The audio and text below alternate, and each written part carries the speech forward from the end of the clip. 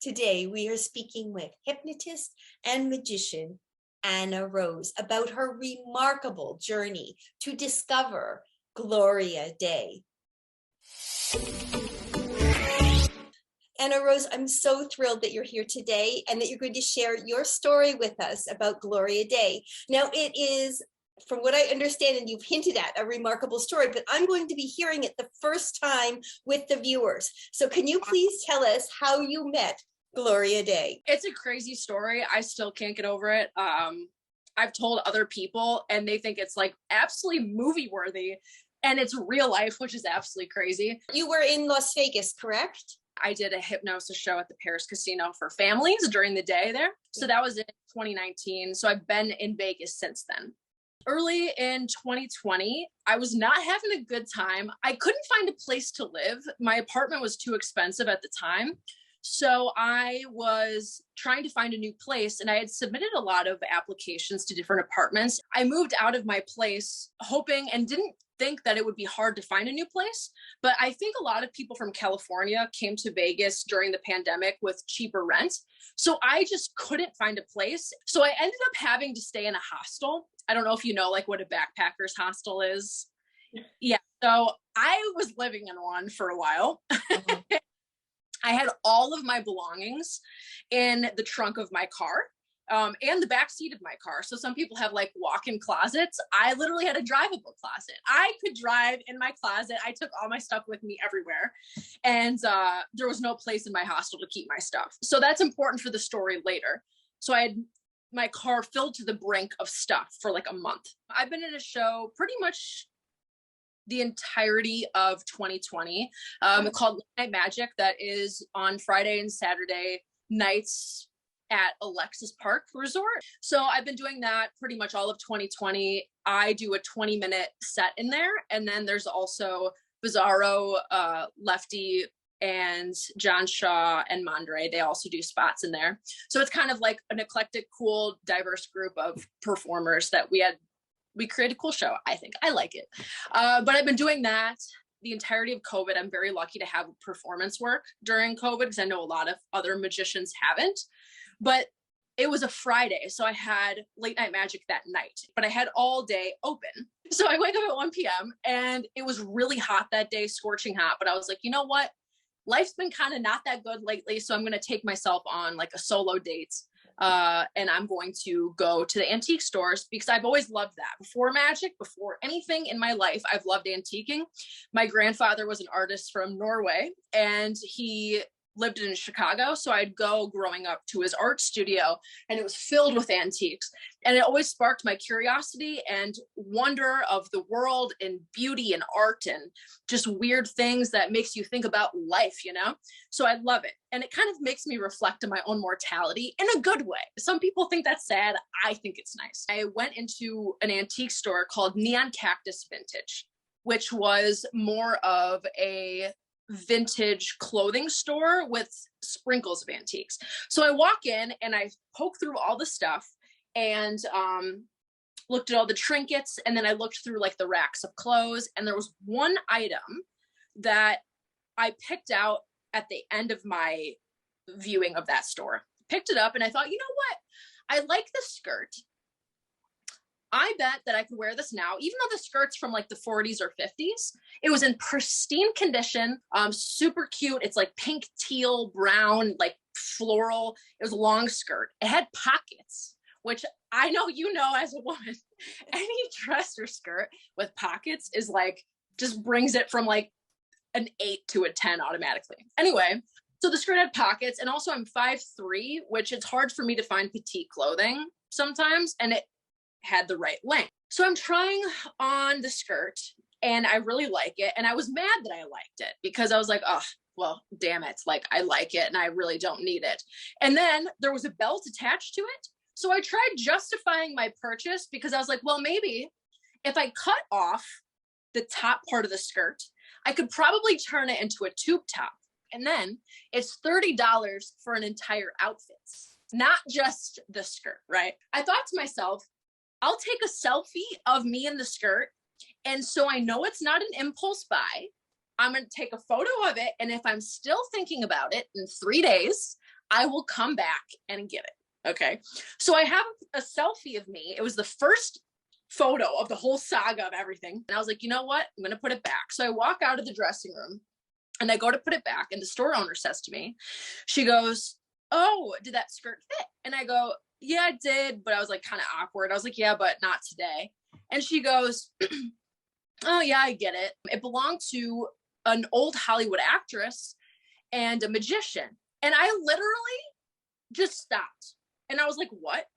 And she goes, oh yeah, well, it was part of a, like kind of a store, like a unit of vintage clothing that from this lady who lives in Vegas, really, really old lady. But she was a magician. Isn't that cool? And I'm like, and I literally pivoted and I'm like, I'm buying it. I'm a magician. So I feel like this is the most serendipitous thing that's ever happened to me in my life. So I'm buying the skirt. And she goes, and she laughed at my enthusiasm, right? She says, well, if you're a magician, you might be interested because in addition, I also got in all of her old magic stuff. And I looked at her, I'm like, you're kidding me. She's like, yeah, not only that, she was a magician in like the 40s. Her dad was also a magician too. Like my love of antiques and my love of magic, literally in my world, like collided. So she proceeds to pull out a few books just to like, in light of what she had just told me. And some of the books of hypnosis from the 1800s, books of hypnosis from the 1800s, old magic books, super old, like 1920s. I'm like, oh my God, right? So I told her, I said, okay, here's the deal. I'm buying this skirt. I'm also buying this book on hypnosis, this book on hypnosis, and also there was another book that was like about rope and chain escapes. And I bought those 3 and the skirt. And I said, I'm buying these 3 things, or these 4 things. The rest of the books you have here, put with the other stuff. Do not put out anything else. I'm buying all of it. All of it. I was like, all the storage unit, you have it. And the other thing, I was like, do not put anything out. All of it, I'm buying it. I didn't have a lot of money at the time. My friend is Bizarro. That's my great friend. And I had met Nick DeFat at Bizarro's house shortly before that. And I knew he worked at Potter and Potter Auction House. So I knew that there was a collector's market for old magic things. So what I had figured in my mind was that I was going to buy all of these things and I was at least going to break even. So I'm at Bizarro's house and I go over, I'm like, Biz, scratch the plans today. I'm like, look what I bought. So I said, Biz, I was like, she's a magician. I said, look at these books. And he looks at me, he's like, holy shit. And I'm like, yeah. So he like goes to his computer and we start looking her up. And we find old newspaper clippings of her as a little girl, as a magician. And the newspaper clippings are from like the 1930s. There was also old things of her at the like SAM conventions and stuff like that from when she was a little girl.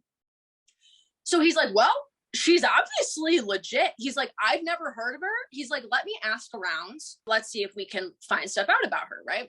So he asked around. Nobody has heard of this lady. No one. Fast forward a few weeks after that, Carissa Hendricks was visiting from Canada for the first time in the States with all of COVID. She had made arrangements with David Copperfield. She would go to his museum and do a tour. And so she went with Bizarro to go tour the museum. Bizarro comes back and he goes, hey, just so you know, like, I saw the exhibit that he's built so far, and I feel like Gloria's stuff would be really great. And I asked him about Gloria, and he's never heard of her either. So he's like, just so you know, I passed along your information and briefly told him about the stuff you got. And so just expect probably an email or phone call from him. And I said, oh, that's kind of cool, right? So fast forward not too long after that, I get an email from David and he emails me and says, hey, I heard you got blah, blah, blah. I'd like to have a talk with you about it. So I'd been in contact with David about it. And at that point, I had gotten all the stuff from the woman. Mind you, this all happened in the span of like 2 weeks. I'm not kidding. So I go back to the place to pick up the rest of the stuff. I'm just curious, was it actual magic equipment or was it just books? It was books. It was all of her old photos of her promo shots, like doing her childhood photos of her doing magic. There was different, like her dad was an inventor of magic also. Like, do you know the gag of hat from rabbit? Uh-huh.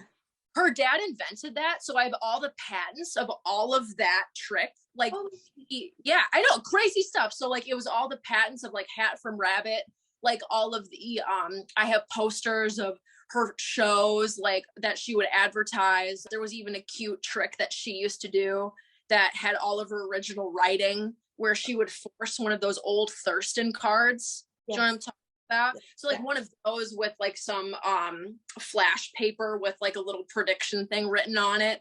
Her dad invented a different magic box thing, so it was all the original blueprints and all of the sketches that eventually went to production. Like, it was crazy.